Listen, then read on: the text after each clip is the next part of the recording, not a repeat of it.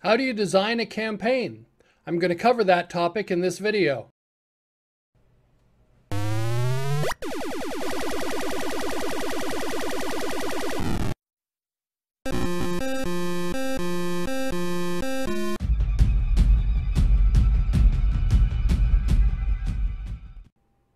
The flickering and fading light of a dying sun across the large, flat, unforested grasslands casts long shadows from the massive, herbivorous dinosaurs grazing in huge herds. In a world where wood is rare and metal is mythical, can you survive the Stone Age challenges? Or sex slavers capture the character, forcing them into the sex slave trade to provide souls to fill the phylactery of the great Lich Kegel. Kegel is the puppet master who, behind the scenes, controls all the nobles of the kingdom. By luck, the characters are freed from their slavery. Can they find a weakness and bring down the terrible reign of the great Lich Kegel? Or in a Bronze Age world, the kingdom drafts the characters to prepare for an imminent invasion. The draft is too late. The enemy invades and destroys the kingdom's army. Why did they invade? Can the characters free their country? Were ancient evil artifacts of long imprisoned demigods involved in the battle? Those are three campaigns that I've created. What you heard were the elevator pitches for the campaign. What is an elevator pitch? Elevator is a short description. The idea is if you get on an elevator, it comes from business.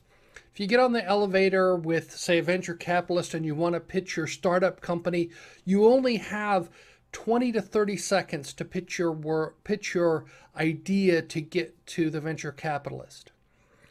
In Dungeons and Dragons and other role-playing games, you only have a few seconds to really capture the imagination of people if they want to come and play in your campaign. You need to craft an elevator pitch for your campaign. I listened to some descriptions from Nerdocracy and some others about these long-winded descriptions about how you create a campaign. And honestly, I don't think I want to be in those campaigns. Why? Because they put too much in them. The goal with a campaign is simplicity. What I mean by that is, yeah, it's a world. You can create a vast world. You can put anything you want to in it. But there should be a primary theme or maybe a secondary theme in your world. When I created Lambent Steppe, which was the first one I described, it's a world with a dying sun. It's massive grasslands. There are almost no trees, so wood doesn't exist. Wood is extremely rare, which causes interesting issues with all kinds of weapons. And you're going to try and figure out how to make weapons out of other things. You have bows which are made out of animal horn. That's where you come from the idea of a composite bow. You glue the whole pieces of horn together to make the bow. But you don't have a long bow, a wooden bow. You have a composite bow. You don't have various things. He says, it says just building a stone axe. I mean, where do you get the wood for the axe? It says you're going to try and craft something out of a bone or various things. So your weapons are very different. It's a very different kind of world. I created Lambent Steppe first. That was one of my first real attempts at building a consistent campaign. And I created that back in about 1995, somewhere in that range. So it's about 20 years ago. And it was an interesting campaign, but I stole a bunch of maps from Lambent Steppe and stole entire geographic features and put them into the world of Tiglath, which was my second world, which is a Bronze Age world. And I think Tiglath is much more fleshed out, as the saying goes. Lambent Steppe was, I had this idea of what was it like with when dinosaurs roamed the world, and if humans and elves and dwarves were involved in there. But you also have grassland, massive grassland. That's what it's called. Lambent is flickering light, and steppe is a form of grassland. So Lambent Steppe is the name of the world, so that it's mainly, it's not full bright light, but there's lots of grass, and the dinosaurs live on grasses and things like that. Tiglath was different because I wanted to try something. Two things had a major impact on when I created the world of Tiglath. There's a book called The Black Company by Glenn Cook, and I loved his demigod, whatever you want to call it, the Dominator. And the world of Tiglath, behind the scenes, what's not in the elevator pitch, it's the ancient evil artifacts. And so what happens is that was the idea behind it. And the second idea that I stole in the world of Tiglath was about the siege of Syracuse. And that goes back to the Peloponnesian War. And it was the Athenians tried to invade, and in the end, they sent an entire army that was slaughtered. And the repercussions is this caused the downfall of Athens. But it had a profound repercussion on the people because all the young men were dead.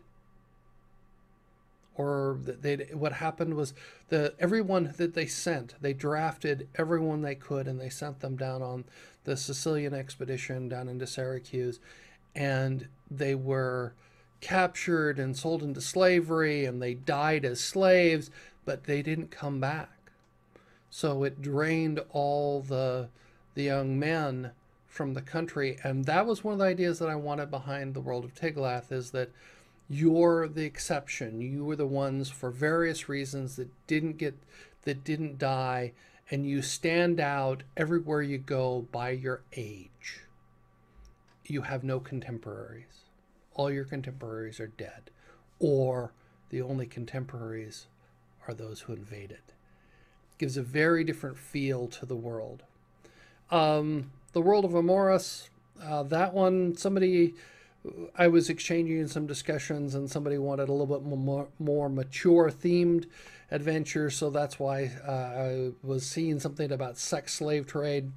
And I thought, well, okay, this will create this is about as an adult adventure as you can go. Well, maybe not.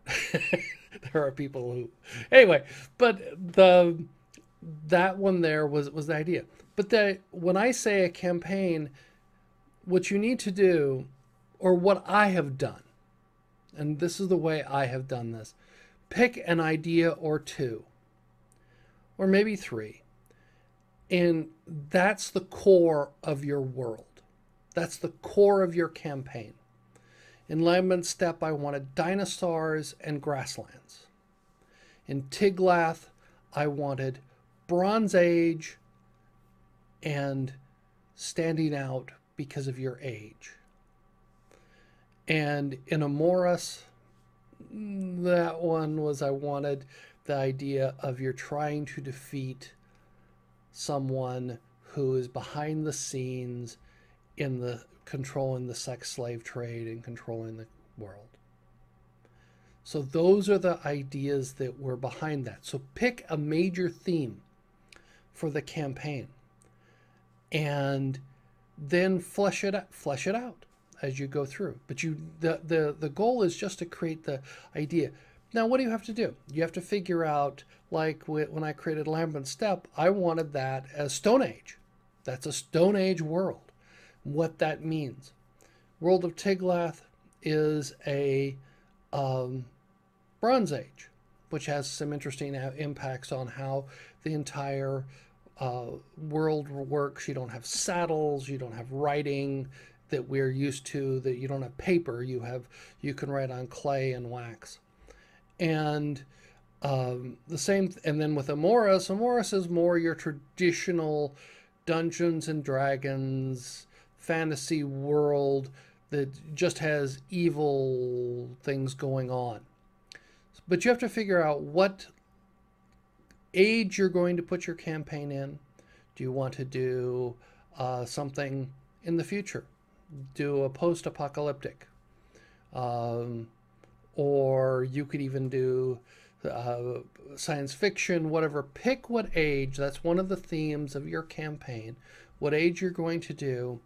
Pick your ideas behind that. And I craft an elevator pitch. Because if you're like I am, I game online. And what happens is you need to attract players. So you've got to put up a blurb that will attract people to come to your campaign. And, you know, you don't want them too long, didn't read. You want something short that attracts their attention. And if you can't put into a few words what your campaign is about, no one else is going to understand it. And you need to be concise, and that doesn't mean you can't have all these wonderful things in there. It's a world. You can have tremendous things, but what is the idea behind the campaign? Be short and concise. If you like my video, press the thumbs up button. I'd appreciate that. Or if this interests you, you can always subscribe to my channel. There's a button right above. I look forward to hearing some comments. Tell me what you think about this, and I'll try and reply, and we can see if I'll do some more of these. Thank you.